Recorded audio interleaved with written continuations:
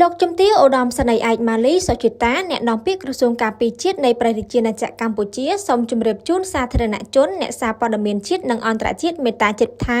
នៅច្រកទ្វារព្រំដែនអន្តរជាតិព្រំខេត្តបៃលិនវេលាម៉ោង 10:00 នាទីព្រឹកថ្ងៃទី31 ខែធ្នូឆ្នាំ2025នេះយោធាកម្ពុជាទាំង18រូបដែលស្ថិតក្រោមការឃុំឃ្រងរបស់ភាគីថៃអស់រយៈពេល155ថ្ងៃហើយត្រូវបានដោះលែងនិងបញ្ជូនត្រឡប់មកកាន់មាតុប្រទេសវិញដោយសុខសុវត្ថិភាពសូមគូបញ្ជាក់ផងដែរថាការដោះលែងយោធាកម្ពុជាចំនួន18រូបត្រឡប់មកកាន់កម្ពុជាវិញគឺធ្វើឡើងក្រោមការឯកភាពគ្នារវាងកម្ពុជានិងថៃនៅក្នុងសេចក្តីប្រកាសរួមនៃកិច្ចប្រជុំពិសេសលើកទី3នៃគណៈកម្មការព្រំដែនទូទៅ GBC រវាងព្រះរាជាណាចក្រកម្ពុជានិងព្រះរាជាណាចក្រថៃដែលត្រូវបានចុះហត្ថលេខាកាលពីថ្ងៃទី27ខែធ្នូឆ្នាំ2025ក្នុងចំណុចទី11ដែលបានកំណត់ថាបន្ទាប់ពីការគោរពយ៉ាងពេញលេញក្នុងរយៈពេល72ម៉ោងនៃបទឈប់បាញ់ដែលត្រូវបានចូលជាធរមានកាលពីវេលាម៉ោង12ថ្ងៃត្រង់ម៉ោងក្នុងស្រុកនៅថ្ងៃទី27ធ្នូឆ្នាំ2025ក្នុងដំណើរនៃការវិលត្រឡប់របស់យោធាទាំង18រូបរបស់យើងក៏មានការចូលរួមអង្កេតការណ៍ពីសំណាក់ក្រុមនៃអង្គការអាស៊ាន AOT និងគណៈកម្មការធិការអន្តរជាតិនៃការក្បាត់ក្រហម ICRC នេះខ្ញុំសូមជម្រាបជូនថាការដោះលែងយោធារបស់យើងទាំង18នេះក៏ស្របជាមួយនឹងស្មារតីនៃសេចក្តីថ្លែងការណ៍រួមជាមួយកូឡាឡាំពួរស្តីពីកិច្ចព្រមព្រៀងសន្តិភាពរវាងកម្ពុជានិងថៃដែលត្រូវបានចុះហត្ថលេខាកាលពីថ្ងៃទី26ខែតុលាឆ្នាំ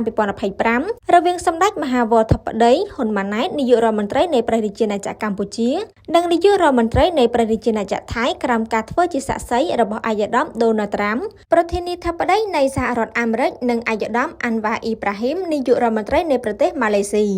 ដោយដែររដ្ឋាភិបាលនៃព្រះរាជាណាចក្រកម្ពុជាជាពិសេសសម្ដេចមហាបវរធិបតីហ៊ុនម៉ាណែតបានធានានិងសន្យាយ៉ាងមុតមាំជាមួយក្រុមគ្រួសាររបស់យោធាទាំង18នាក់ក៏ដូចជាប្រជាជននៅទូទាំងប្រទេសថាយើងមិនទុកយោធារបស់យើងណាម្នាក់ចោលនោះឡើយដោយយើងបានប្រើប្រាស់គ្រប់មធ្យោបាយនិងដំណោះស្រាយទាំងការទូតព្រមទាំងច្បាប់មនុស្សធម៌អន្តរជាតិរហូតសម្រាប់បានការដោះលែងនាថ្ងៃនេះដើម្បីឲ្យយោធារបស់យើងអាចមកជួបជុំក្រុមគ្រួសារជាទីស្រឡាញ់របស់ខ្លួនដែលបានទន្ទឹងរង់ចាំដោយក្តីនឹករលឹកជាពន់ពេករដ្ឋាភិបាលនៃព្រះរាជាណាចក្រកម្ពុជាក៏ដូចជាប្រជាជននៅទូទាំងប្រទេសសូមថ្លែងអំណរគុណយ៉ាងជ្រាលជ្រៅបំផុតជូនចំពោះភាគីពាក់ព័ន្ធទាំងអស់ដែលបានចូលរួមសម្រាប់សម្រួលជាបន្តបន្ទាប់រហូតឈានដល់ការដោះលែងយោធាកម្ពុជាទាំង18រូបនាថ្ងៃនេះកម្ពុជាសង្ឃឹមយ៉ាងមុតមាំថាការដោះលែងនេះនឹងចូលរួមចំណែកយ៉ាងសំខាន់ក្នុងការកសាងការជឿជាក់និងជំនឿទុកចិត្តព្រមទាំងបង្កើតបរិយាកាសអំណោយផលដល់ការលើកកម្ពស់សន្តិភាពស្ថិរភាពកិច្ចសហប្រតិបត្តិការអភិវឌ្ឍ